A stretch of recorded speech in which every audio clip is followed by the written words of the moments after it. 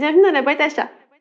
Sur ce format plus court, je vous expliquerai les notions que l'on aborde dans les épisodes de la science sonore. Vous êtes libre de venir y piocher comme bon vous semble. Bien sûr, on vous suggérera régulièrement de venir piocher telle ou telle notion dans la boîte à outils. Et vous êtes aussi libre de venir les regarder comme bon vous semble. Avant tout, pour parler son, il faut parler onde. Mais pas n'importe quelle onde, on parle d'onde mécanique. Pour qu'une onde soit dite mécanique, il faut qu'elle réponde à 2 critères. Avant tout, il faut qu'elle se propage dans un milieu matériel et sans déplacement de matière. Et ensuite, il faut qu'elle se propage de proche en proche. Mais ça veut dire quoi tout ça? Un support matériel, ça veut dire avant tout que votre onde a besoin d'un support pour se propager, qu'il soit solide ou fluide.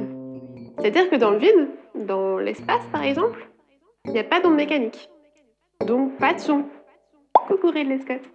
Sans déplacement de matière, ça veut dire qu'une particule mise en mouvement au passage de l'onde oscille autour d'une position d'équilibre puis revient à sa place. Ensuite, qu'elle se propage de proche à proche, ça veut dire que pour qu'une particule soit mise en mouvement, il faut que sa voisine l'ait été avant elle, et la voisine de sa voisine avant elle, et la voisine de sa voisine de sa voisine avant elle, et la...